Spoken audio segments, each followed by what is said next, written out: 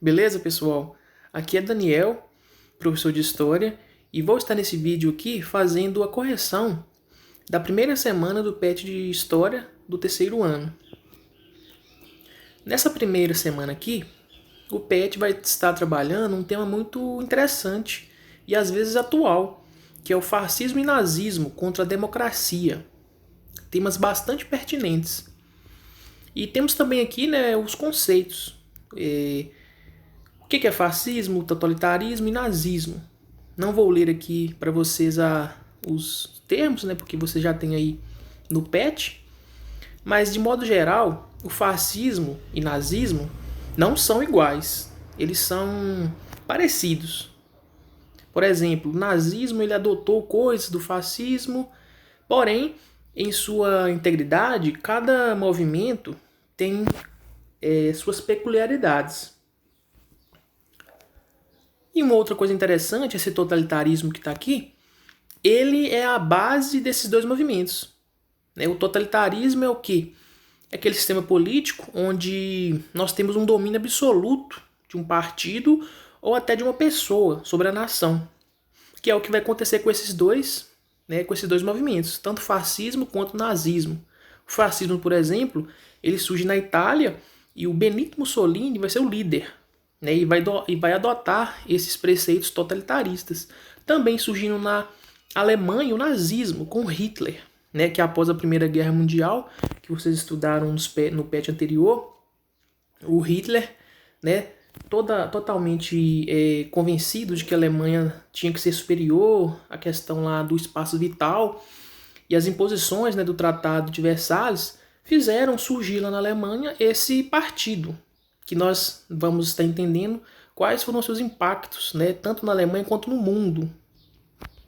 Aqui nós temos essas duas imagens, representando tanto o fascismo quanto o nazismo. De um lado nós temos a representação do Benito Mussolini e do outro o próprio Hitler. E temos também os símbolos do nazismo e o do fascismo. No próprio livro didático do terceiro ano, vocês podem estar procurando o capítulo referente a regimes totalitários e lá vai estar falando com mais profundidade sobre esses conceitos. O PET ele é mais resumido e é um manual que vocês têm que consultar com base também em outros. Ele não é o documento único, ele não é o material único que vocês têm que estudar. Tem vídeos na internet, tem o próprio livro didático. Temos aqui também outro texto falando sobre justamente as semelhanças e diferenças entre esses dois movimentos. E temos aqui dois textos e esse vídeo aqui, que vão estar falando também sobre o fascismo e nazismo, que eu aconselho vocês, se puderem, estar assistindo, se for possível. Vamos aqui agora para nossas atividades.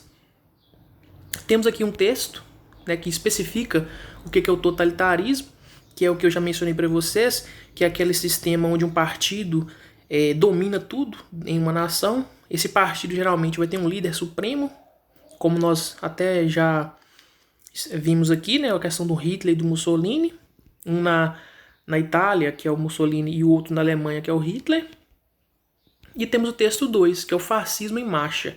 A nossa atividade aqui da semana 1, ela vai se pautar basicamente na questão do fascismo. O nazismo vai ficar para a segunda semana.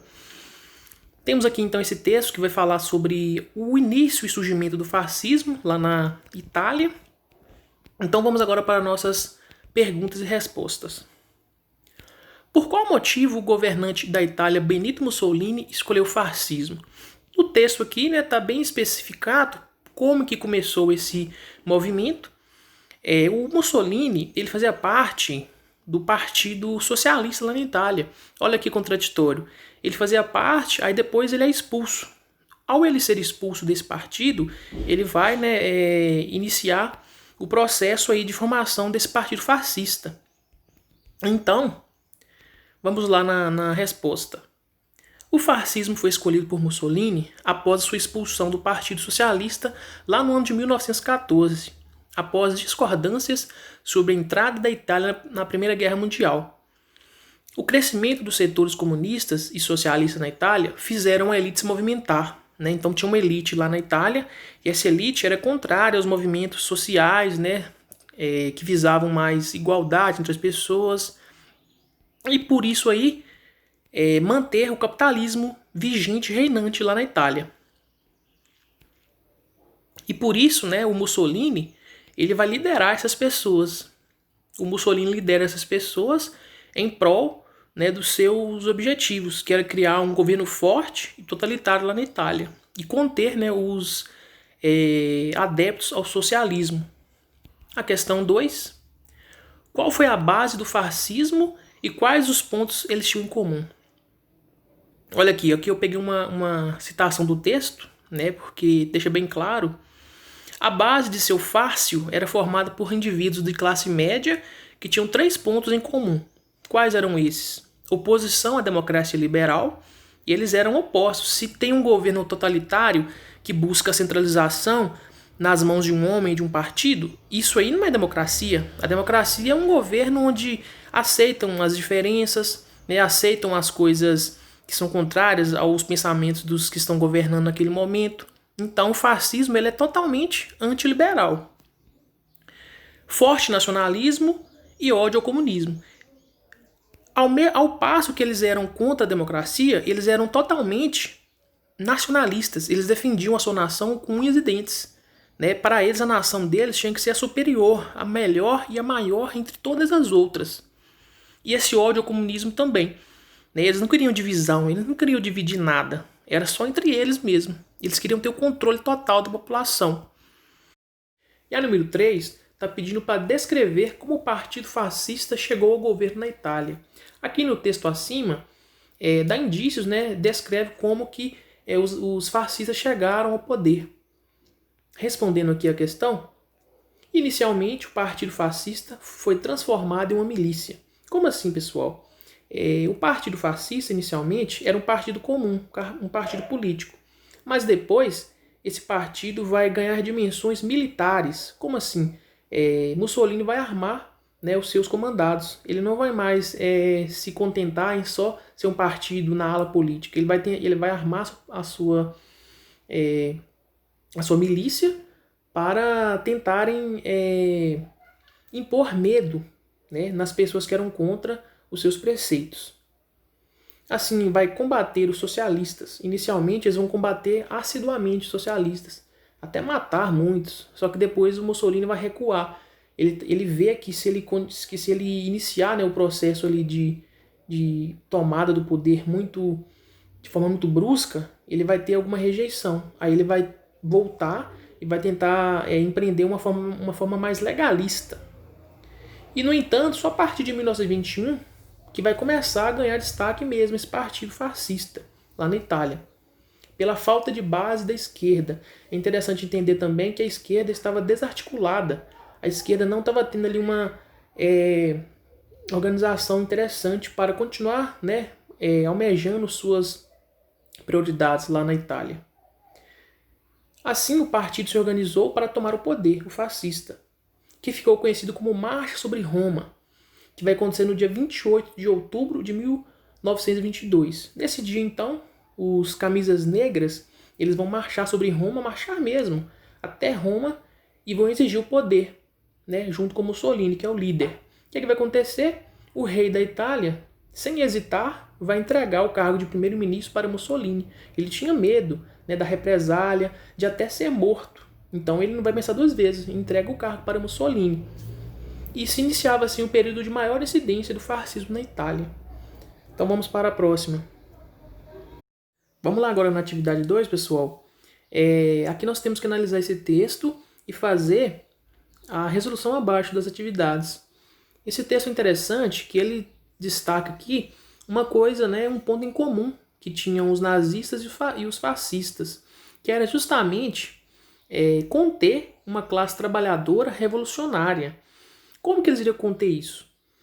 Os fascistas eles tinham seus comandados por Mussolini e eles eram chamados de camisas negras, que eram as pessoas adeptas ao fascismo. E o nazismo também tinham os seus comandados chamados de camisas pardas, que eram os comandados de Hitler.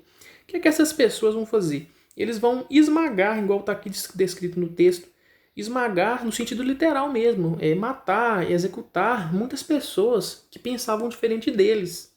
Nesse sentido, no final aqui do texto aqui, o fascismo na Itália e o nazismo na Alemanha foram, portanto, movimentos contra-revolucionários. Eles eram contra uma revolução, né, social que estava começando, né, a se germinar naquele período lá na Europa. Eles queriam manter a ordem, né, o poderio e privilégios capitalistas estavam seguros com a menção desses dois partidos. E aqui na número 1, explica por que o movimento nazifascista é definido pelo autor do texto como um movimento contra-revolucionário. Existia uma classe trabalhadora revolucionária, em grande expansão na Europa. Isso era ameaça da ordem estabelecida, poderio e privilégios capitalistas. Os líderes de cada partido, o fascismo, Mussolini, né, e nazismo, Hitler, patrocinaram seus comandados, camisas negras e camisas pardas, para acabarem com tais movimentos dos trabalhadores. Eram contra qualquer revolução social trabalhadora. Por isso, convencionou chamar esse movimento, né, de contra-revolucionário, justamente nesse sentido. Agora aqui na nossa atividade 3, nós temos um texto que vai falar sobre a questão de como que o fascismo se difundiu na Itália e como que ele ganhou vários adeptos. Isso aí nós temos que entender como que a cultura, né, naquele período lá, naquele momento, foi importante. A educação, como que as pessoas lá entenderam o recado de Mussolini e foram adeptas às suas ideias. Aluno número 1. Podemos afirmar, segundo o autor, que o sucesso do fascismo se deve exclusivamente à conjuntura política ou econômica? Qual que é a nossa resposta com base nesse texto aqui? O sucesso do fascismo se deu mais pela via política, entrelaçada à educacional, que é citado no texto aqui. Como evidencia o autor, as tradições educacionais que eram repressivas e o papel que tal educação iria desempenhar na formação dos indivíduos, que assim, sem espírito crítico, seriam facilmente recrutados para as organizações fascistas. Né? Então a escola, naquele período lá, a educação, ela também estava engajada nesse propósito de Mussolini. E isso aí iria facilitar, né, na introdução dessas pessoas, desses jovens, ao exército fascista. Tranquilo? Agora na próxima semana, nós entramos na semana 2, tá ok? Qualquer dúvida vocês podem estar revisando no vídeo, podem estar perguntando, beleza?